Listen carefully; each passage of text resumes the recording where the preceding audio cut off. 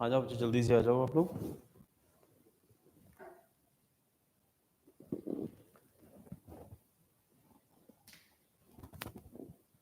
Good evening बेटा।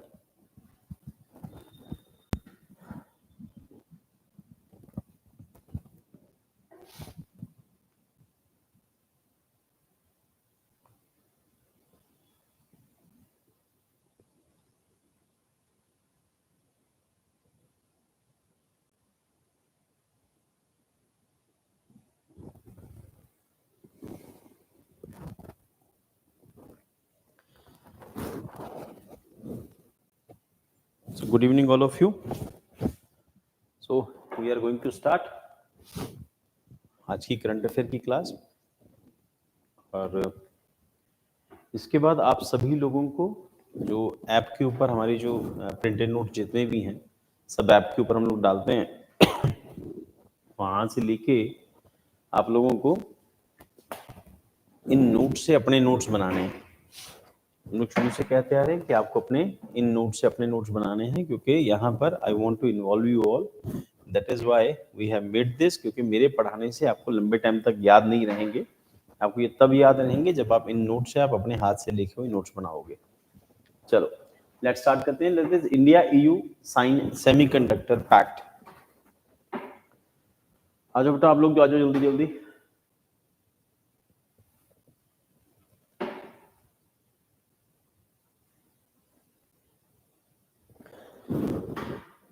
सो हमारी first news है आज की, that is India and EU sign semiconductor pact.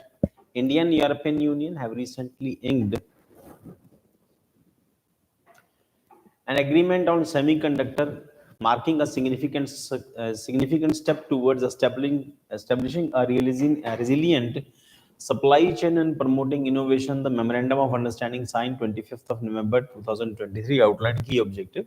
क्या है, इंडियन और यूरोपियन यूनियन ने सेमीकंडक्टर की फील्ड में अभी एक दूसरे के साथ ये पैक्ट साइन किया है, एक दूसरे के साथ कोऑपरेट करने का और कोलैबोरेशन का।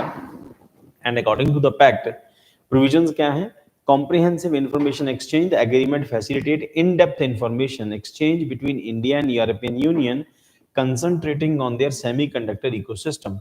The goal is to encourage collaborative insight and mutual development. Now the point is यहाँ पर highlighted है, underline किया हुआ है, in-depth information exchange between India and European Union। मतलब ये है कि जो भी हम लोग इंफॉर्मेशन होगी इंडिया और European union in depth information है वो शेयर करेंगे, and concentrating on their semiconductor ecosystem. The goal is to encourage collaborative insights and mutual development through their shared knowledge. तो जो भी दोनों में से जिसके पास जो भी नॉलेज होगी हम लोग इन डेप्थ नॉलेज शेयर करेंगे और म्यूचुअल लेवल के ऊपर ये शेयरिंग होगी, म्यूचुअल डेवलपमेंट होगा। इंडिया यूरोप से, यूरोप इंडिया के एक्सपीरियंस से बेनिफिट उठाएगा। हमने डिस्कस किया हुआ है कि आज हर चीज के लिए सेमीकंडक्टर एसेंशियल है और सेमीकंडक्टर के अंदर चाइना ताइवान की मास्टरी है, और इंडिया पिछले काफी लंबे टाइम से फोकस कर रहा है कि वो भी सेमीकंडक्टर की मार्केट में है, क्योंकि आजकल बहुत सारी जगहों के ऊपर या लगभग हर चीज के ऊपर सेमीकंडक्टर का एक एसेंशियल रोल है। और सेमीकंडक्टर बिल्डिंग और उसके अंदर सेमीकंडक्टर बिल्डिंग, उसकी एक्सपर्टीज, उसकी मास्टरी, जिसकी सेमीकंडक्टर में मास्टरी है। तो हम लोगों ने कोरोना पीरियड के अंदर देखा कि चाइना से जैसे ही प्रोडक्शन कम हुई, इंडिया के एक्सपोर्ट्स में उसके ऊपर एक बहुत जबरदस्त इफेक्ट हुआ। अब चाइना से सेमीकंडक्टर एक ऐसी चीज है जिसको इंडिया चाइना से इंपोर्ट करता था, फिर उसको अपनी गाड़ियों में लगाता था, जो भी इंडिया में कारें मैन्युफैक्चर्स होती हैं। और क्योंकि कार में हर मूवमेंट के लिए सेमीकंडक्टर रिक्वायर्ड है ना, कार के दरवाजे ये वो सब ओपन करना, उसके शीशे घुमाना मोड़ना, ये सब कुछ, उन सब चीजों के लिए सेमीकंडक्टर रिक्वायर्ड था। और सेमीकंडक्टर की सप्लाई चेन अफेक्ट हुई चाइना से। देन इंडिया स्टार्ट रियलाइजिंग अगर हम ऐसी चाइना के ऊपर डिपेंडेंट रहे तो हमारे से तो हमारा आने वाला टाइम, हमारा फ्यूचर जो है अफेक्ट हो जाएगा। तो इंडिया ने एग्रीमेंट करने शुरू की, उसमें यूरोप के साथ, अमेरिका के साथ, जहां जहां वो अमेरिका इंडिया एग्रीमेंट कर सकते सब किए हैं। और अभी सेमीकंडक्टर में India trying to be mastery over the semiconductor field. अब सेमीकंडक्टर के ऊपर कमांड और फील्ड का जो एडवांटेज है वो ये होगा कि इससे हमारा आने वाले फ्यूचर के अंदर इंडिया जो भी चीजें एक्सपोर्ट करेगा उनकी कम से कम एक्सपोर्ट अफेक्ट नहीं होंगे, है ना। तो जैसे हम लोगों ने देखा, बट वी हैव सीन के इन द पास्ट कि चाइना से सेमीकंडक्टर की सप्लाई अफेक्ट हुई तो इंडिया से एक्सपोर्ट भी अफेक्ट हुआ, तो इसका मतलब हमारे एक्सपोर्ट का भी नुकसान हुआ। So emphasis on research development and innovative, prioritizing collaboration in the critical areas such as research, development and innovation. हम रिसर्च भी करेंगे, डेवलपमेंट भी करेंगे और इनोवेशन भी करेंगे। The agreement involve active participation from universities, research bodies and business in the both regions. तो हर, इसका मतलब इंडिया के बड़े बिजनेस हाउसेस, अंबानी, अडानी, टाटा, महिंद्रा, ये सभी लोग जो हैं इसके अंदर इन्वॉल्व है। कहीं ना कहीं सब लोग अपने अपने लेवल के ऊपर काम कर रहे हैं, इन सब ने कोलैबोरेशन की हुई है। और उसके बाद addressing semiconductors as a strategic commodity, recognizing the strategic importance of semiconductors, the MOU aims to underscore their significant particularity and diversify global supply chains and reducing dependency on key players। key player मतलब China, Taiwan, Korea, इन्हीं के ऊपर dependency थी। तो current status of semiconductor production in India, यहाँ पर इसकी जो स्टेजेस हैं, सबसे पहले रिक्वायर्ड है गवर्नमेंट सपोर्ट चाहिए। Building semiconductor manufacturing cluster requires policies and incentive of the government. Private partnership requirement है। Different private semiconductor manufacturing companies will have form for aligned goals हैं। government support should be with align with the goals of semiconductor companies। future road map, अब ये सब चीजों के लिए government का role बड़ा इंपॉर्टेंट हो जाता है। हमारे बायलैटरल रिलेशंस कैसे हैं, and for that what we have seen in the first 5 years, Narendra Modi ने बहुत सारी कंट्रीज के विजिट किए थे और उनके धीरे धीरे करके रिजल्ट आने शुरू हुए। बायलैटरल रिलेशन जब डेवलप होंगे तो उसका आउटपुट जरूर नजर आएगा। तो इसके लिए फ्यूचर रोड मैप ये गवर्नमेंट लेवल के ऊपर होगा, तब जाके प्राइवेट लेवल पर होगा। तो गवर्नमेंट टू गवर्नमेंट रिलेशन अच्छे होंगे तो कंपनीज इंडिया आएंगी, तो उसके बाद इंडिया की इमेज बेटर होगी। रिसेंटली G20 या फिर इंडिया का वर्ल्ड कप ऑर्गेनाइजेशन या फिर इंडिया का मिशन गगनयान, इन सब से इंडिया की रेपुटेशन बढ़ी है, इंडिया की इमेज डेवलप हुई है और उसकी वजह से इंडिया की प्लस इकोनॉमिक ग्रोथ रेट 8% 10% के आसपास हमारी जो ग्रोथ रेट है, और 10% ग्रोथ रेट का मतलब ये है कि इंडिया अगर सेमीकंडक्टर का मास्टर होता है, हमारे यहाँ से एक्सपोर्ट्स बढ़ेंगे। अगर हम इंडिया से एक्सपोर्ट्स बढ़ते हैं और इंडिया की जीडीपी जो ग्रोथ रेट है 10% रहती है, तो इसका मतलब ये है 10% एनुअली का मतलब हम लोग 10 साल के बाद 100% ग्रो कर जाएंगे, 20 साल के बाद 200% ग्रो कर जाएंगे। इसका मतलब हमारी इनकम भी बढ़ेगी और हमारा लाइफस्टाइल भी कंपैरेटिवली इंप्रूव होगा अगर 10% के आसपास ग्रोथ रेट, जो जिस स्टेट के ऊपर ग्रोथ रेट चल रही है। तो गवर्नमेंट का टारगेट है कि ग्रोथ रेट को हम लोग डबल फिगर लेके आए, जीडीपी को डबल फिगर लेके आए, इन्फ्लेशन को हम लोग हमेशा सिंगल फिगर रखें 4 to 6% के बीच में। सो देखो लेट्स सी क्या होता है, बट सेमीकंडक्टर की फील्ड में बहुत तेज जो डेवलपमेंट है वो रिक्वायर्ड है और होनी भी चाहिए। फ्यूचर रोड मैप है, clear future road map for next generation technologies and target market, it is at must. तो उसके बाद कॉन्टिन्यूस इन्वेस्टमेंट है, continuous investment is required to keep the semiconductor manufacturing cluster at wide. अब हर चीज में बेटा वैसे जैसी चीजें हमेशा नजर आती हैं वैसी होती नहीं है, बट ये है कि एग्रीमेंट चलते रहते हैं, कुछ ना कुछ हम उनसे और वो हमसे एडवांटेज रहते हैं। तो सब कुछ इंटरनेशनल रिलेशन में क्विड प्रो को होता है, कुछ दोगे तो कुछ मिलेगा, और इसका मतलब हमें कुछ लेना है तो हमें देना जरूर पड़ेगा। या यूरोपियन कंट्रीज को अगर उनको कुछ बेचना है इंडिया में तो ऑब्वियसली उनको कुछ ना कुछ तो खरीदना पड़ेगा इंडिया से। सो अब जैसे इंडिया में फ्रांस एक एग्जांपल है ना, यूरोपियन यूनियन, फ्रांस और ये सभी, इंग्लैंड, ये सभी कुछ सब क्विड प्रो को है। चाइना हमसे, अगर रशिया हमें कुछ बेच रहा है तो हमसे कुछ बाय भी करना पड़ेगा रशिया को। अमेरिका इंडिया को कुछ बेचेगा, कुछ खरीदना जरूर पड़ेगा, और यहाँ पर भी वो कॉपरेट करेंगे हमसे तो हम किसी और फील्ड में उनके साथ कॉपरेट करेंगे। प्लस ये भी रियलाइज कर चुके हैं कि चाइना के ऊपर वर्ल्ड की डिपेंडेंसी सेमीकंडक्टर के लिए, वर्ल्ड के लिए it is dangerous for world itself, है ना। सो इस करके उनकी डिपेंडेंसी के लिए किसी ना किसी उनको सेकंड पार्टनर को ढूंढना पड़ेगा।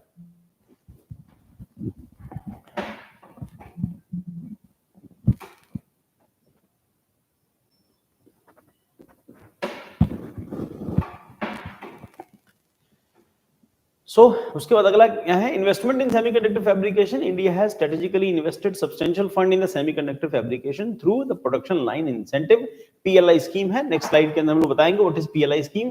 Recognise its pivotal role across the industries. तो गवर्नमेंट की तरफ से कुछ सपोर्ट देते हैं अगर आप यहाँ पर इंडिया में सेमीकंडक्टर से जुड़ा हुआ यूनिट अगर एस्टेब्लिश करने की कोशिश करते हैं तो under utilized funds and strategic concern, यहाँ पर एक एस्पेक्ट है, despite financial backing concerns have surfaced due to the under utilization of the fund.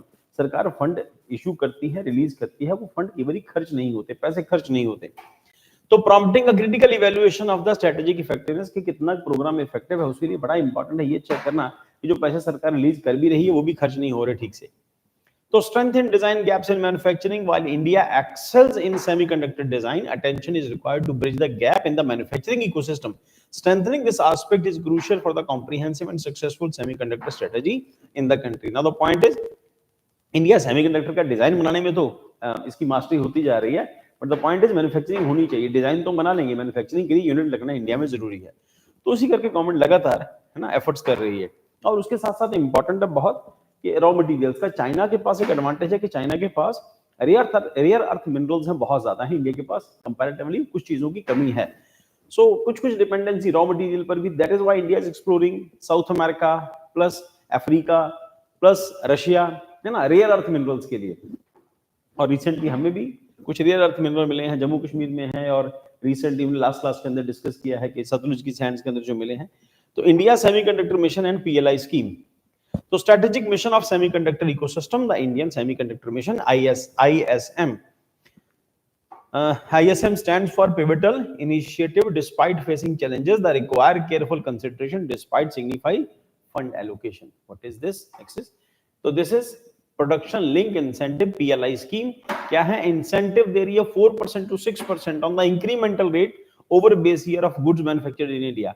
तो 4% to लेके 6% तक इंक्रीमेंटल स्केल के ऊपर इंसेंटिव सरकार दे रही है। टारगेट सेगमेंट है mobile phone and specific electronic components के ऊपर सरकार जो है इंसेंटिव्स दे रही है। एलिजिबिलिटी क्या है? Subject to the threshold of incremental investment and incremental sales of the manufacturing good, कितने यूनिट आप इन्वेस्टमेंट करोगे उसके ऊपर है।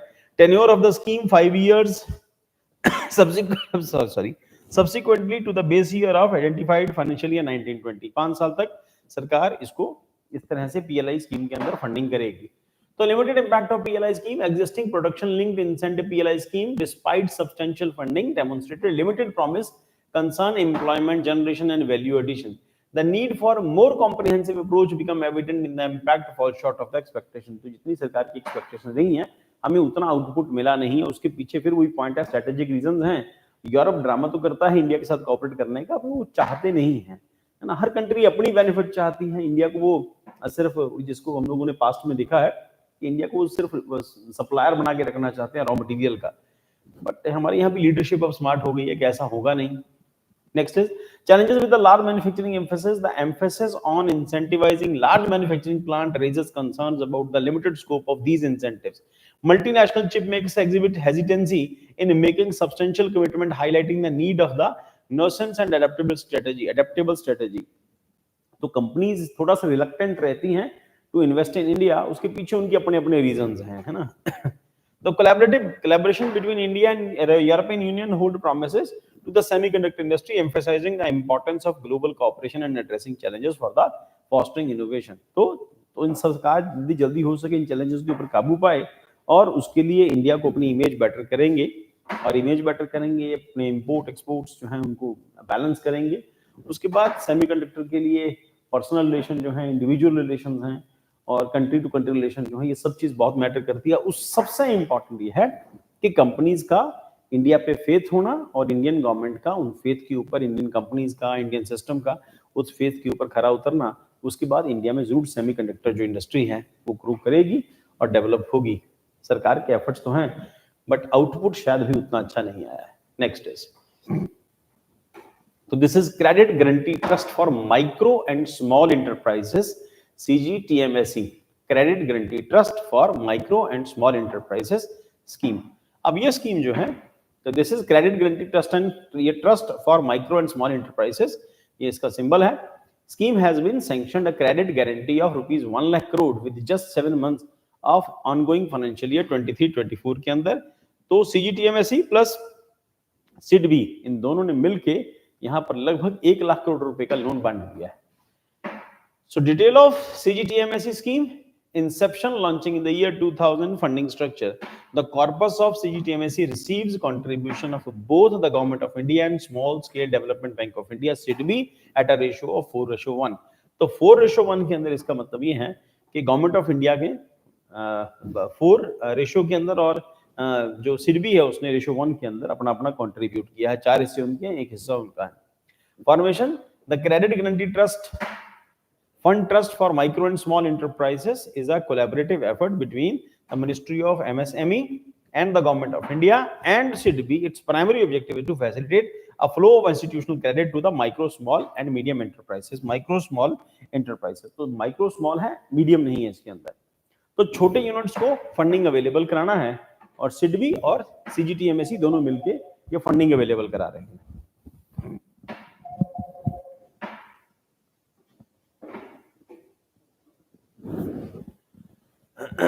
functionality. CGTMSE plays a pivotal role in offering guarantee cover of collateral or third party guarantee free credit facility provided eligible members, lending institutions, MLI and MSE. अब यहां पर क्या है, तो ऑफरिंग गारंटी कवर, कोलेट्रल और third party guarantee, free credit और facilitation. तो इसमें आपको कोई गारंटी रखवाने की जरूरत नहीं है, ना थर्ड पार्टी की, ना अपना कुछ यानी कि गिरवी रखने की जरूरत नहीं है, आपको लोन मिल जाएंगे. Insights into small industrial development bank of India, SIDBI की क्या खासियत है, ये एमएसएमई डेफिनेशन उसके बाद है, एमएसएमई की डेफिनेशन है. तो एस्टेब्लिशमेंट क्या है, SIDBI was established under the act of parliament 1990, 1990 से ये बन के आया है. और प्राइमरी रोल क्या है, नाम से पता चल जाता है, small industrial development bank of India. इसका मतलब स्मॉल इंडस्ट्रीज को या माइक्रो इंडस्ट्रीज को हेल्प करने की सरकार ने 1990s में इस बैंक को क्रिएट किया था. उसी तरह से बैंक भी थे, जैसे industrial development bank of India था, आईडीबीआई, और एचडीएफसी था, हाउसिंग डेवलपमेंट फाइनेंस कॉर्पोरेशन. ये सरकारी कंपनी थी, धीरे धीरे करके सरकार ने इनको प्राइवेटाइज कर दिया. बट सिडबी का रोल जो है वो बड़ा इंपॉर्टेंट है, और क्योंकि स्मॉल इंडस्ट्री के लिए है और लोन बांटने का काम ये करता है, और ताकि माइक्रो स्मॉल इंडस्ट्रीज को अपलिफ्ट किया जा सके. So primary role is a principal financial institution है सिडबी. अब यहाँ पर मेंस के लिए दोनों क्वेश्चन इंपॉर्टेंट है ना, कि सरकार कौन कौन से एफर्ट कर रही है. अगर आप माइक्रो स्मॉल इंडस्ट्रीज को लेके कोई क्वेश्चन आता है, और उसके अलावा सरकार का जो उस्ताद प्रोग्राम है, हुनर प्रोग्राम है, या फिर इससे पहले हम लोगों ने जो प्रोग्राम डिस्कस किए हैं, और उसमें जो लोन है जो सरकार दे रही है अपनी स्कीम्स के अंदर, तो उन्हीं स्कीम्स के अंदर सिडबी का भी रोल रहेगा. तो इसमें गवर्नमेंट का फोकस जो है माइक्रो स्मॉल इंडस्ट्री है प्लस मीडियम इंडस्ट्री है. सरकार उनकी अपलिफ्टमेंट के लिए काम कर रही है और लोन डिस्ट्रीब्यूट कर रही है. तो उसी के अंदर ये भी एक एस्पेक्ट है, क्योंकि गवर्नमेंट का फोकस इंडिया के पोटेंशियल के अकॉर्डिंगली 140 करोड़ की पॉपुलेशन है, हर किसी को सरकार नौकरी नहीं दे सकती, और सरकार इस करके चाह रही है कि वो खुद के इनिशिएटिव से ये अपने आप को एस्टेब्लिश करें और अपनी छोटी छोटी इंडस्ट्रीज लगाएं और धीरे धीरे उन इंडस्ट्रीज को बड़ा करें. Just a second.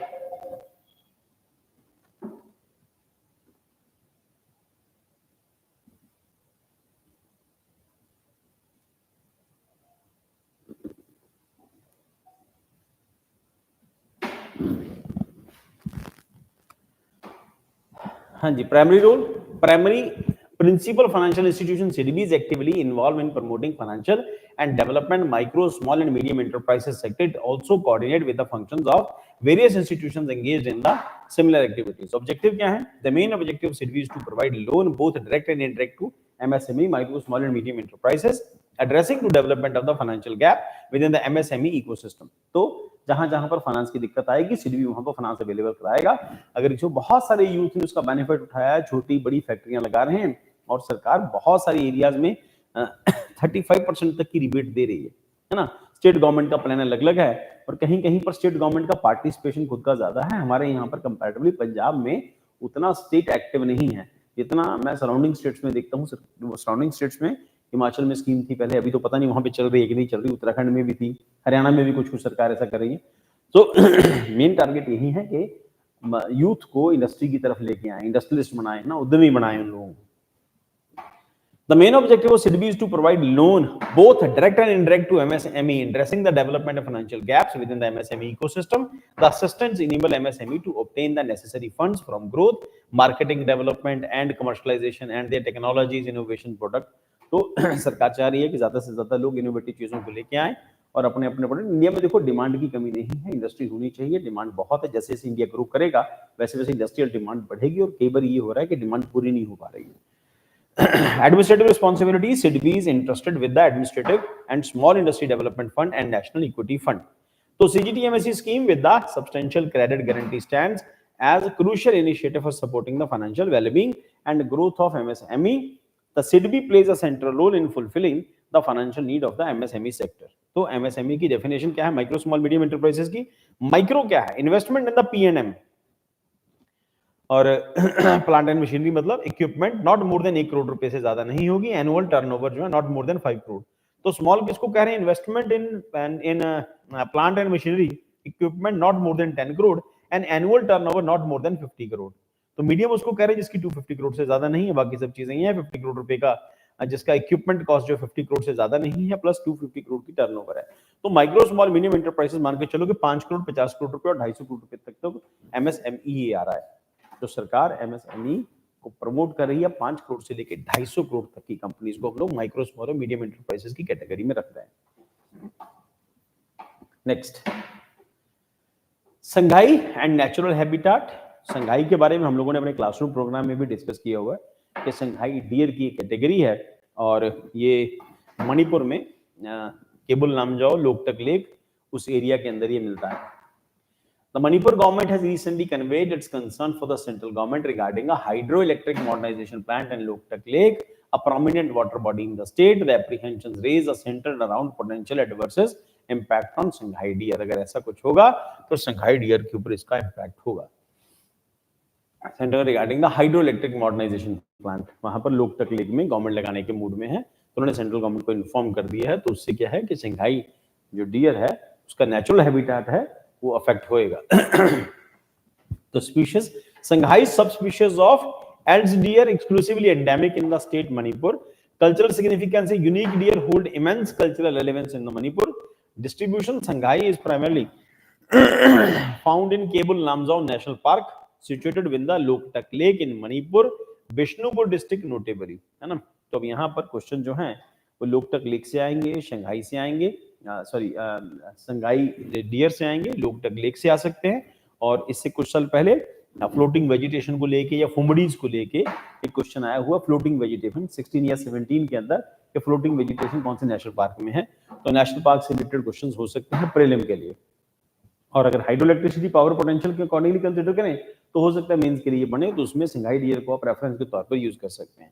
Physical characteristics क्या है? Sangai is a medium size deer with distinctively unique antlers, इसके जो सींग हैं इसके, तो featuring extremely low long broad times and form a main beam. The forward prostructuring of the beam gives a deer the name bro-antlered deer. Its winter coat is dark and reddish brown। देखो, तो जहां-जहां के ऊपर दुनिया में जहां-जहां पर ठंड होगी वहां पर जो भी एनिमल होंगे या उसका एनिमल किंगडम होगा वो ज्यादा हेयरी होगा, तो यहाँ ठंड पड़ती है तो ये भी हेयरी हो जाता है। तो विच लाइटन द समर्स, तो गर्मियों में इनका कलर लाइट हो जाता है, सर्दियों में इनका कलर डार्क हो जाता है। इसका जो हियर का जो कोट है ये, The deer is often referred to dancing deer भी कहते हैं due to his mincing hops while floating foliage walking into the hind surface of the pasterns। तो ये इसके फीचर्स हैं जहां पर इसको डांसिंग डियर की कैटेगरी में रखा जाता है, इसकी यूनिक एक्टिविटीज की वजह से। कंजर्वेशन स्टेटस क्या है? Sangai is classified as critically endangered by the international union of IUCN की लिस्ट के अंदर, listed under the Schedule 1 of Wildlife Protection Act 1972 की फीचर क्या है इसके? Loktak Lake is a freshwater lake situated in Manipur. This is a Loktak Lake and these are floating vegetation areas और इनको फुमडीज कहते हैं। And Loktak Lake is freshwater lake situated in Manipur. Fumudis, the lake is renowned for unique floating island called Fumudis, which host a variety of plant species। ये फुमडीज या फुंडीज है ना, किसी किसी बुक में फुमडीज मिलता है PHUMDIS, कहीं कहीं पर PHUNDIS है। प्रोनाउंसिएशन फुंडीज है, इंग्लिश में फुमडीज लिखते हैं, मणिपुरी लैंग्वेज के अंदर फुंडीज। तो Keibul Lamjao national park located on the Loktak lake serve as last natural habitat for the Sangai deer. सिर्फ वहीं पर बचे हैं ecological diversity. Loktak lake is considered one of the beautiful and ecological diverse lake in the north eastern region. Ramsar convention, lake hold international importance as it's designated as wetland of international importance under the Ramsar Convention। Ramsar Convention क्या है? Adopted 2 February 1971, first of the modern intergovernmental environmental agreement है।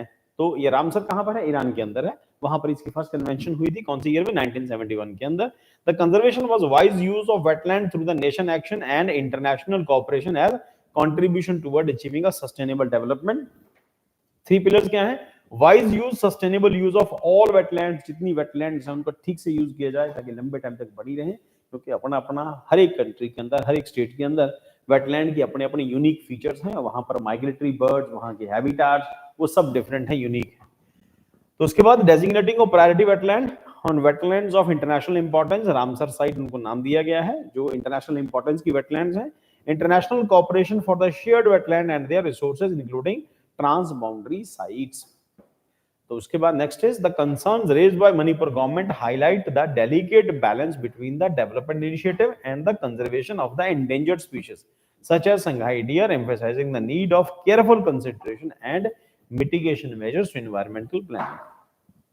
अब यहाँ पर बार बार जोर हम देते हैं कि सस्टेनेबल डेवलपमेंट की उसके पीछे एक बहुत बड़ा फैक्टर है, दैट इज जहां जहां पर ग्रोथ होगी वहां पर एनवायरनमेंट को कुछ ना कुछ नुकसान जरूर होगा, कुछ डायरेक्ट होगा, कुछ इनडायरेक्ट होगा। तो फोकस यही है कि एनवायरनमेंट को नुकसान कम से कम हो या नुकसान हो ही नहीं, इस हिसाब से डेवलपमेंट किया जाए। तो अगर यहाँ पर हाइड्रो पावर, इलेक्ट्रिसिटी पावर को जनरेट करना है, डेवलप करना है उसको और उसकी पोटेंशियल को इंक्रीज करना है, ये भी ध्यान रखें कि यहाँ पर नेशनल पार्क उजड़ नहीं जाए। अब यहाँ पर हम लोग पढ़ रहे हैं अमात्यसारू, अमात्यरासु। अमात्यरासु ये जमन वर्ड है, जमन देवी है, ये उनकी इमेज है, हम लोगों ने इंटरनेट से लिए ये भी। तो अमात्यरासु जर्मनी में जो सनरेज, सनलाइट की जो देवी है उसको सन से रिलेट करके इसको अमात्यरासु नाम दिया जाता है। तो ये रे का नाम अमात्यरासु खासतौर पे दिया गया और ये इसको गॉड्स लाइट का नाम दिया गया है। Why, what it is and इसके फीचर्स क्या है। Researchers recently identified an exceptionally potent cosmic ray तो ऊपर से आ रही है, making a significant discovery in cosmic phenomena. This extraordinary event has been given the moniker Amaterasu, तो उसको मोंकियर अमात्यरासु नाम दिया गया है। द कॉस्मिक रे, ये जापानीज नाम है अमात्यरासु। द कॉस्मिक रे हो सकता है इसी से रिलेटेड क्वेश्चन, व्हाट इज अमात्यरासु, ठीक है। तो द कॉस्मिक रे stands out one of the most energetic ever observed. Its naming draws inscription from the Japanese sun goddess Amaterasu, उसी से नाम लिया गया है, जो जापानीज गॉडेस है अमात्यरासु।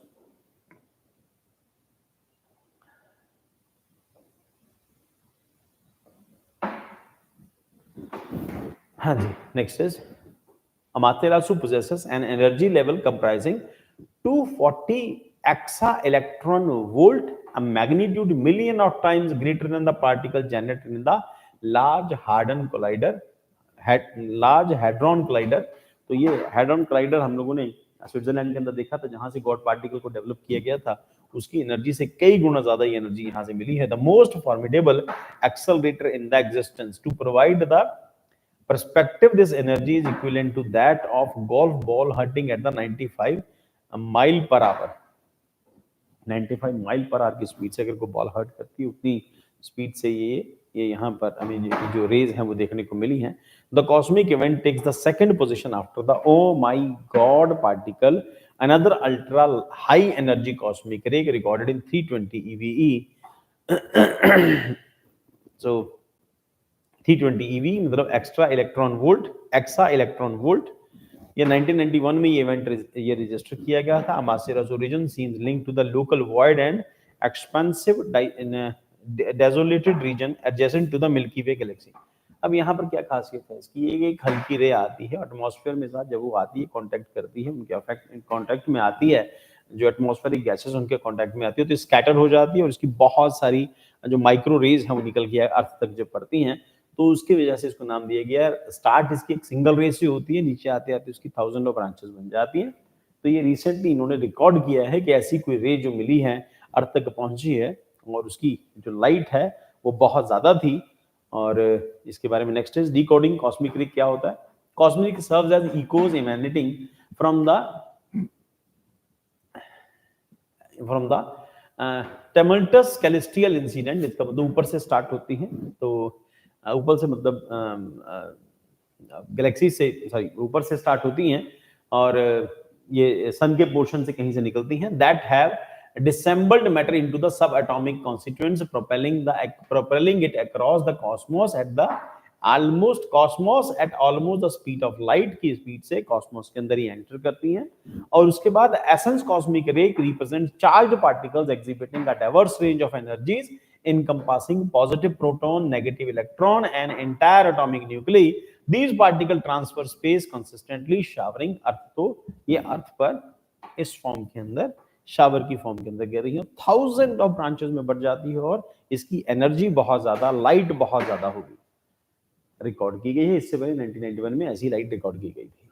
Upon reaching earth atmosphere, cosmic rays collide with oxygen and nitrogen. तो oxygen और नाइट्रोजन के साथ ये कोलाइड करती हैं, रिएक्ट करती हैं उसके बाद, and gas nitrogen gas nuclei triggering the fragmentation process. This results in the creation of numerous secondary particles. इसकी और बहुत अंदर की डिटेल है, वो मुझे लगता है यहाँ पर एसेंशियल नहीं है, अंदर हम जाके इसके कर सकते हैं, पर हम लोग अपने टॉपिक से हट जाएंगे, फिर ये लंबा हो जाएगा. So these secondary particles travel to the brief distance through the atmosphere, perpetuating the cycle of forming a cascade of billion of secondary particles and disperse across the Earth's surface. तो billions of particles हैं, उनमें ये divide हो जाती है. तो ये feel किया गया ये बहुत तेज लाइट यहाँ पर बहुत हाई एनर्जी वाली कोई रे थी जो अर्थ तक पहुंची है, नाम उसको अमातेरासु दिया गया है. बस इतना ही है.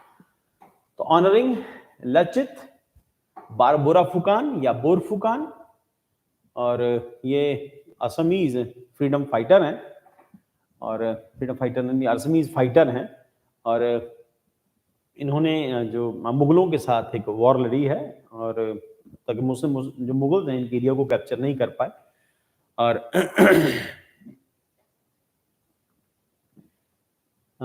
सराय घाट की वॉर है जो बोराफुकान ने लड़ी है. तो ये इनकी अलग अलग इमेजेस हैं जो हमें मिलती हैं इंटरनेट से. तो this is Borphukan. Recently, Prime Minister of India commemorated Lachit Divas as paying homage to Lachit Boraphukan in sight of the Lachit Boraphukan. Lachit Boraphukan is esteemed in Assam as his role in the valiant commander who triumphed over Mughal forces in the Battle of Saraigad. 1671 के अंदर ये war हुई थी. तो आपको imagine करना है 1671 ये किसका पीरियड था, ठीक. और ऑब्वियसली औरंगजेब का पीरियड 1707 के अंदर उसकी डेथ हो जाती है, उसके बाद मुगल एम्पायर का डिक्लाइन होता है, और वहीं पर टॉलरेंस थोड़ी सी कम थी औरंगजेब के पीरियड के अंदर. During the battle of Saraighat, he led the Ahom armies strategically engaging the enemy of Brahmaputra banks of Guwahati. अब यहाँ पर असम हम लोग बाद में प्रोनाउंस करते हैं, इसका पुराना नाम अहोम है. Why the name is Ahom is given? क्योंकि असमीज लैंग्वेज में एस की प्रोनाउंसिएशन हाउ होती है. जैसे हम लोगों ने पहले हिस्ट्री में हम लोग पढ़ते हैं कि ग्रीक्स की जो प्रोनाउंसिएशन थी एस वर्ड की वो हाउ थी, और उसी से सिंधु से हिंदू वर्ड जनरेट होता है, और यहाँ असम से अहोम है तो उनका पुराना नाम अहोम है. अहोम इस करके उनकी लैंग्वेज में एस वर्ड को असमीज में एस को हाउ प्रोनाउंस करते हैं, ठीक. तो this is Ahom. So during the Battle of Saraighat, he led the Ahom armies strategically engaging the enemy of Brahmaputra banks of Guwahati. Recognizing for his military prowess, Boraphukan has appointed by King Chardhwaj Singha as one of the 5 Boraphukans of Ahom kingdom. This prestigious position bestowed upon the administrative, judicial, and military responsibilities. Boraphukan's tactical brilliance has evident in his preference to the guerrilla warfare, granting him similar yet agile forces to the strategic advantage. Unfortunately, he succumbed to the prolonged illness and year after the Battle of Saraighat. So, उसके बाद इनकी death हो जाती है. देखिए Indian history में बहुत सारे ऐसे हीरोज हैं जो मेन स्ट्रीम हिस्ट्री का पार्ट नहीं है, हो सकता है रीजनल हिस्ट्री में पढ़ाया जाता हो, बट बहुत सारे ऐसे हीरोज हैं जिनको हम लोग स्टैंडर्ड बुक्स में मिस करते हैं, जैसे सतीश चंद्र की बुक में या फिर बड़े जो मेडिवल राइटर्स हैं उनकी बुक्स में हम इनके नामों को मिस करते हैं. तो शायद कहीं ना कहीं इन सबको क्लब करके एक ही जगह के ऊपर ले आए तो बेटर रहेगा, हमें अपने हीरोज के बारे में पता चले. उसी में हमें है ना स्टैंडर्ड बुक्स के अंदर बहुत कम इंफॉर्मेशन मिलती है बंदा बहादुर के बारे में, और जो नेशनल लेवल के ऊपर जो बुक्स पढ़ाई जाती हैं तो एक चैप्टर भर रह जाता है सिर्फ सिख हिस्ट्री का. हर एक स्टेट की अपनी अपनी जो हिस्ट्री है, तो बेटर है उनको कंपाइल करके एक ही जगह के ऊपर ले आए, हमारे अपने हीरोज के बारे में एक क्लियर इन्फॉर्मेशन हो जाए, क्योंकि आने वाली जनरेशन को पता चले हमारे पास ये हीरोज थे. Otherwise under the influence of can say British historians, they just made the Mughals our heroes. हमारे पास तो हीरोज बहुत सारे हैं, तो मुगल हिस्ट्री भी रहनी चाहिए, वो भी हमारी हिस्ट्री का पार्ट है, प्लस साथ में हमारे अपने लोकल हीरोज को भी पता तो चले कम से कम हैं कौन, है ना. एक ही जगह के ऊपर एक ही बुक में चैप्टर वाइज उनको बांट के पढ़ाया जाना जरूरी है बहुत. तो बाराफुकान हो सकता है हमारी नई जनरेशन को इसके बारे में ज्यादा नहीं पता हो, और रियलिटी में मेन सी बुक्स में ज्यादा है भी नहीं, जो भी हम लोग पढ़ाते भी हैं तो हमें भी बाराफुकान के बारे में ज्यादा कहीं मेन हिस्ट्री में नहीं पढ़ा। तो असमीज लोगों के कांटेक्ट में आने के बाद हमें कुछ कुछ चीजें पता चली, मेरे कुछ दोस्त असमीज रहे हैं, उनसे कुछ कुछ इनके बारे में पता चला है। तो यहाँ पर हम लोग अहोम किंगडम के बारे में देखते हैं। ये अहोम किंगडम रहा, और ये मुगल अंपायर है। मुगल अंपायर हम लोग पढ़ते हैं कि पूरा बंगाल उनके कंट्रोल में था, ऑलमोस्ट पूरा बंगाल उनके कंट्रोल में था, पर असम कंट्रोल में कभी नहीं रहा। उसके बाद ये कौच किंगडम है और ये अहोम किंगडम है। किंगडम ऑफ मणिपुर और किंगडम ऑफ जैंतिया, और हमें ज्यादा इंफॉर्मेशन नहीं है। The Ahom dynasty governed significant position in the present day Assam for the approximately 600 years, spanning from the early 13th century of the early 19th century. The prosperous and diverse kingdom thrived in the upper and lower reaches of the Brahmaputra Valley, relying on the cultivation of the rice of fertile lands, engaging in the series of conflict with the Mughals from 1615 to 1682. Ahoms faced challenges from the regime of Jahangir to that of Aurangzeb. Jahangir से लेके औरंगजेब तक, है ना, they fought well, अच्छी तरह से इन लोगों ने लड़ाई लड़ी। सो नेक्स्ट हमारा चैप्टर है कार्बन डाइऑक्साइड रिमूवल। अब ये बड़ा इंपॉर्टेंट चैप्टर है, क्योंकि कार्बन डाइऑक्साइड जो है ग्रीन हाउस गैसेस के साथ साथ और इसके कई सारे इंपॉर्टेंस हैं, अच्छी भी है और खराब भी है, होनी भी चाहिए और नहीं होनी भी चाहिए, तो बैलेंस होनी चाहिए। As per the emission gap report, postponing the reduction of greenhouse gas emission will heighten the further reliance on the carbon dioxide removal method. अब कार्बन डाइऑक्साइड को रिमूव करना है ना, so that is insight of the carbon dioxide removal. CDR encompasses the use of technologies, particles and approaches designed to deliberately and internationally remove carbon dioxide from the atmosphere through the human intervention. It includes both traditional methods such as afforestation, more advanced technologies like direct air carbon capture and storage. अब air को, carbon dioxide को capture भी करना है और उसको storage भी करना है, जो अवेलेबल है उनको कम करना है। उसके टेक्निक तरीके बहुत सारे हैं, कौन कौन से अभी चेक कर लेते हैं।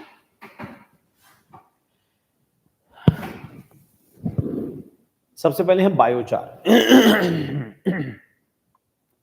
Created by controlled pyrolysis burning organic waste from the agriculture land and forests, resembling common charcoal. Biochar production minimize contamination, providing a secure method of carbon storage. Pyrolysis involve burning organic material. Organic material आप समझ सकते हैं,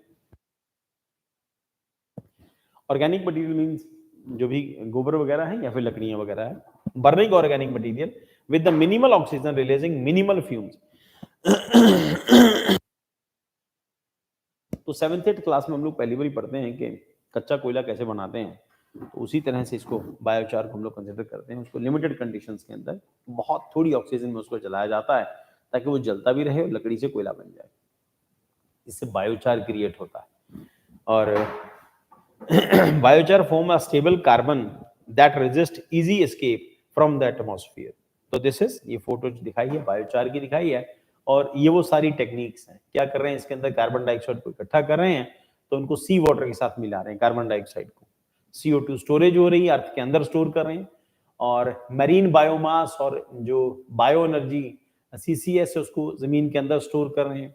artificial upwelling downwelling तो जानबूझ के कराई जा रही है। टेरेस्ट्रियल बायोमास डंपिंग है, कैसे कर रहे हैं इसको। उसके बाद अल्कनाइजेशन है ना, जो ओशनिक वाटर है उनके पानी को अल्कलाइन कर रहे हैं, अल्कनाइजेशन कर रहे हैं।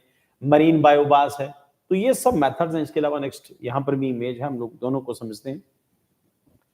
So biochar forms a stable carbon that resist easily escape into the atmosphere. Bioenergy with capture and storage BECCS involve bioenergy production often through the combustion of electricity or heat generation. तो bioenergy, combustion of electricity and heat generation. So देखो बेटा, जहां पर भी energy बनाई जाएगी artificial तरीके से, उन हर चीजों में हर जगह भी यही होगा, टरबाइन घुमाई जाएंगी, है ना। कॉपर को मैग्नेट के आसपास घुमाते हैं तो उससे अल्टीमेटली इलेक्ट्रिसिटी जनरेट होती है। तो अगर उन्हीं टेक्निक्स के अंदर हम लोग ये जो नए मेथड्स हैं या जो कार्बन को अब बचाने के मेथड्स हैं उनमें हम लोग डिस्कस कर रहे हैं कि the carbon capture and storage BCS involving bio energy production. अब बायो एनर्जी प्रोडक्शन कैसे? Bio energy production often through the combustion of electricity और हीट जनरेशन, और captures the result CO2 emission and stores them underground, preventing their contribution to the greenhouse effect। तो वो चीजें जलाई भी जाएंगी और उनसे निकलने वाली जो कार्बन डाइऑक्साइड है उसको स्टोर कर दिया जाएगा किसी एक पर्टिकुलर जगह में, जमीन के अंदर स्टोर करें, पानी के अंदर स्टोर करें, मतलब एटमॉस्फेयर में नहीं आने दें, जिससे green house gas effect develop होता है। And what is green house gas? जैसे जैसे हम लोगों ने ज्योग्राफी पढ़ते हैं तो हम डिस्कस करते हैं कि अर्थ के आसपास ना एक डोम है, एक शील्ड है, उसमें ग्रीन हाउस गैसेज आती हैं। तो importance of green house gases is, अगर ग्रीन हाउस गैसेज नहीं हो या कार्बन डाइऑक्साइड नहीं हो तो अर्थ में एवरेज टेम्परेचर जो है वो और कम हो जाए। तो जैसे पास्ट में था, जब अर्थ बनी थी तब उस टाइम पे कार्बन डाइऑक्साइड नहीं थी, धीरे धीरे प्लांट डेवलप होते हैं, कार्बन डाइऑक्साइड इमिशन शुरू होता है, फिर उसकी वजह से कार्बन डाइऑक्साइड की वजह से अर्थ के ऊपर एवरेज टेम्परेचर जो बना रहता है, और जो सन से आने वाली जो सोलर रेडिएशन है, टेरेस्ट्रियल रेडिएशन है, उस हीट को ये लॉक कर देती है ना। तो अगर लॉक कर देती है तो इसका मतलब है कि असेंशियल गैस है, होनी जरूर चाहिए, बट अगर ये ज्यादा बढ़ेगी तो उससे क्या होगा? गर्मी बढ़ेगी, गर्मी बढ़ेगी तो ग्लेशियर पिघलेंगे, ग्लेशियर पिघलेंगे उससे रिवर्स में पानी का लेवल बढ़ेगा, पानी का लेवल बढ़ेगा। हम लोगों ने डिस्कस किया कि अपनी ज्योग्राफी की क्लास के अंदर कि अगर वाटर लेवल बढ़ेगा तो इनिशियल लेवल के ऊपर जो रिवर्स हैं उनमें फ्लड आएंगे, रिवर्स का पानी बहुत बढ़ जाएगा और ग्रेजुअली रिवर जो है वो ड्राई हो जाएंगे। So that will be the process. अब इसके कार्बन डाइऑक्साइड को एटमॉस्फेयर में नहीं जाने देना, उसकी जो एनर्जी है कार्बन डाइऑक्साइड को सेव करना है किसी जगह के ऊपर, ताकि ग्रीन हाउस गैसेस के इफेक्ट को कम किया जा सके। तो sequesters photosynthetically fixed carbon as post combustion CO2। तो यहाँ पर ये सारी तरीके हैं। तो fertilizing ocean ecosystem to accelerate the phytoplankton growth which partially sinks to the transport carbon from the atmosphere to the seabed. तो यहाँ से कार्बन डाइऑक्साइड को है ना फर्टिलाइजर के तौर के ऊपर यूज करना है, ताकि वहां पर फाइटोप्लैंक्टन डेवलप हो सके। जहां फाइटोप्लैंक्टन डेवलप होंगे वहां पर जू प्लैंक्टन आएंगे, तो जू प्लैंक्टन आएंगे खाने के लिए बड़ी मछलियां आएंगी। उसके बाद enhancing natural weathering of rocks by extracting, grinding and dispersing carbon bindings minerals in the land और adding the alkaline minerals to the ocean increase carbon uptake. तो जो ओशंस के अंदर जाके जो कार्बन डाइऑक्साइड है उसके थ्रू कार्बन डाइऑक्साइड की इसको उसके थ्रू यहाँ पर जो एल्कलाइन जो है, एल्कनाइजेशन जो है वो ओशन वाटर का बढ़ाएंगे, तो ताकि वो कार्बन डाइऑक्साइड की रेशियो को कम कर सके। एफोरेस्टेशन है, रिस्टोरेशन है, तो पेड़ों को ज्यादा से ज्यादा लगाएं ताकि कार्बन सिंक डेवलप हो। कार्बन सिंक डेवलप हो मतलब जब भी हम कार्बन डाइऑक्साइड छोड़ते हैं, हम लोग छोड़ते हैं, एटमॉस्फेयर में कार्बन डाइऑक्साइड होता है, तो प्लांट कार्बन डाइऑक्साइड को है ना लेते हैं और ऑक्सीजन को छोड़ते हैं। तो कार्बन डाइऑक्साइड वैसे तो एसेंशियल है, वो होगी ही, क्योंकि फोटोसिंथेसिस कार्बन डाइऑक्साइड के बिना नहीं होगा। ठीक, तो वहां पर ये है कि ज्यादा से ज्यादा प्लांट उगाएंगे। उसके बाद direct air carbon dioxide capture and storage, सीधा एटमॉस्फेयर से कुछ ऐसे यूनिट्स लगाएंगे जो कार्बन डाइऑक्साइड को सक कर लेगा और जमीन के अंदर उसको डाल देंगे। उसके बाद bioenergy with capture, bioenergy carbon capture and storage, burning biomass for energy generation, capturing and permanently storing the resulting carbon dioxide. उसके बाद then burning biomass under low oxygen conditions yielding charcoal biochar to add a soil and enhance soil carbon level. तो soil के अंदर carbon level बढ़ाएंगे उससे। तो now अब carbon level तो बढ़ेगा जब सॉइल के अंदर हम लोग बायोचार मिक्स करेंगे। तो सॉइल कार्बन कैप्चर। उसके बाद shared government governance challenges include, तो साइंटिफिक इन सबको बेटा जाके आप देख लेना एक बार। तो direct air carbon capture and storage, extract carbon dioxide directly from the atmosphere at any location, capture carbon dioxide in permanently stored in a deep geological formation to utilize the various applications। तो अलग अलग equipment use करेंगे, तो उसमें carbon dioxide को सक करेंगे, उसको जमीन के अंदर पानी के अंदर स्टोर कर देंगे। उसके बाद uses electricity to remove carbon dioxide from the air. तो इलेक्ट्रिसिटी के थ्रू कार्बन डाइऑक्साइड एटमॉस्फेयर से सक की जाएगी, उसको खत्म करेंगे। तो enhanced rock weathering involves pulverizing silicate rock to expedite weathering processes, thus resulting powder with increased reactive surface area is spread to agricultural lands for enhanced chemical reaction। तो उसके बाद सिलिकेट रॉक्स के बारे में, सिलिकेट रॉक्स के through ऐसा कर सकते हैं, उनको अर्थ में हाँ, तो उनको जो सॉइल है उसमें मिक्स करेंगे तो उससे कार्बन डाइऑक्साइड को जो उनमें जो रेशियो है वो बढ़ेगा, तो कार्बन डाइऑक्साइड सिक्वेस्ट्रेशन होगा, कार्बन डाइऑक्साइड जो है वो कम होगी कंपैरेटिवली एटमॉस्फेयर से। तो ocean alkaline enhancement including adding alkaline substances to sea water to excrete its natural carbon sink. तो कुल मिला के यही कि ओशंस के अंदर भी एल्कलाइन जो एलिमेंट्स है उनको ऐड करेंगे ताकि वो कार्बन सिंक का काम कर सके। कार्बन सिंक का मतलब ही है जहां कार्बन डाइऑक्साइड आके खत्म हो जाती है, दोबारा उठ के निकलती नहीं है वो बाहर। तो कार्बन सिंक जो है, तो पेड़ अमेज़न के जंगल जो है सबसे बड़े कार्बन सिंक हैं। उसी तरह से अगर ओशन के अंदर एल्कलाइन जो लेवल है उसको इंक्रीज करेंगे तो उससे कार्बन डाइऑक्साइड जो है वो खत्म होगी, रेशियो उसकी कम होगी। सो बस वो न्यूज इतनी है। नेक्स्ट उसके बाद है अपवेलिंग एंड एम्पलीफाइड 2.0 पोर्टल। ये गवर्नमेंट ने एक पोर्टल बनाया है, नेट के ऊपर जाके चेक करना, एम्पलीफाइड 2.0, जहां पर हर एक स्टेट, हर शहर के बारे में इंफॉर्मेशन है।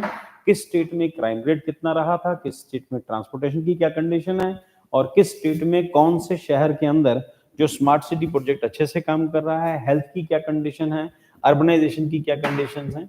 तो यहाँ पर इस टाइम का इसका लेआउट रहता है और ये डाटा की फॉर्म में इसी तरह से अवेलेबल रहता है। देखना, जाके नेट के ऊपर चेक करना, you will find so many thing, Google के ऊपर जाके सर्च करना। Insight into the Amplify 2.0, Amplify assessment and monitoring platform for the livable, inclusive and future-ready urban areas. Portal is designed to offer comprehensive data of Indian city. एक एक Indian city का वहां पर data available है। कुछ कुछ का data 19 का है, कुछ 18 का, कुछ 2021 का डाटा अलग अलग स्टेट्स के अलग अलग शहरों का है वहां पे, तो कंपैरिजन भी है। Its primary objective is to consolidate raw data from various Indian cities into the single platform. This initiative facilitates academics, researchers and stakeholders to making informed data driven policy decision. तो मैंने कुछ कुछ images ली थी, internet से ली हुई images हैं। तो ये इस तरह की एक इमेज है, ये बजट रेवेन्यू एनालिसिस की इमेज है, और ये जो है डिजास्टर मैनेजमेंट की इमेज है, वहां से ली है मैंने गवर्नमेंट किसी वेबसाइट से। तो इन इमेजेस से हमें थोड़ा सा ज्यादा एक क्लियर डाटा मिल जाता है कि कौन सी स्टेट की क्या कंडीशन चल रही है। तो 20-25 के आसपास स्लाइड्स हैं, ज्यादा नहीं है अभी, तो हो सकता है आने वाले टाइम के अंदर गवर्नमेंट और ऐड करे, और यही नाम है इसका, amplify 2.0। The primary objective consolidate raw data from the various Indian cities into a single platform. This initiative facilitates academics, researchers, and stakeholders in making informed data-driven policy decision.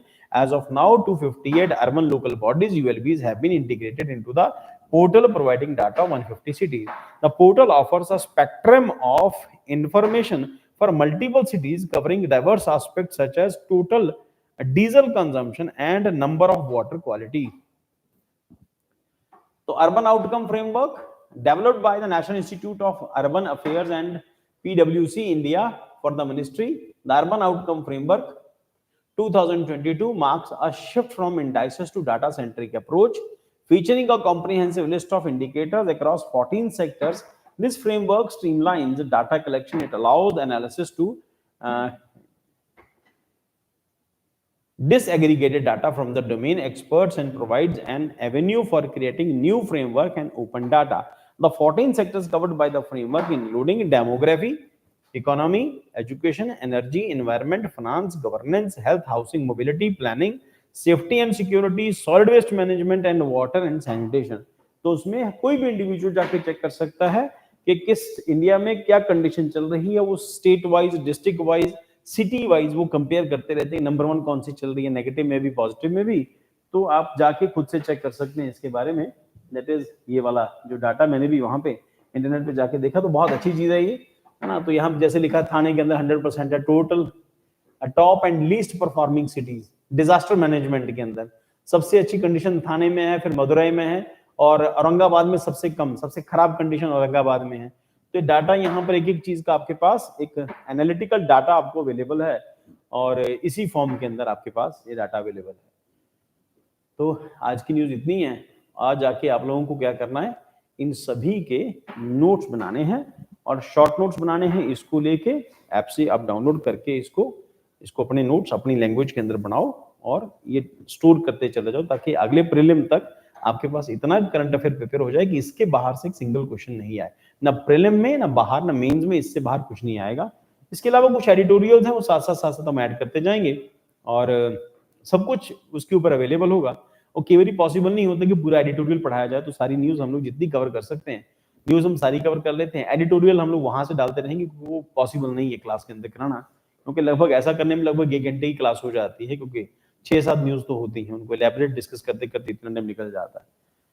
और ध्यान रखना, ये कोई भी वीडियो हम लोग यूट्यूब के content से नहीं बना रहे, क्योंकि यूट्यूब के ऊपर आने वाले जो हैं वो एंटरटेनमेंट के लोग ज्यादा आते हैं, तो इस करके इसको यहाँ पर बना के रख रहे हैं, और ताकि लोगों को भी इन्फॉर्मेशन मिलती चले, और प्लस ये है कि यूपीएससी के जो भी एस्पायरेंट्स उनको एडवांटेज रहे, ताकि इससे वो कवर कर सके। तो सिर्फ हमारे स्टूडेंट नहीं, जो बाहर से जो भी देखना चाहता है यूपीएससी की जो प्रिपरेशन कर रहा है, तो उसको इसकी एडवांटेज रहे। ठीक है, सो आज की क्लास इतना ही है, बस हम लोग कल मिलते हैं।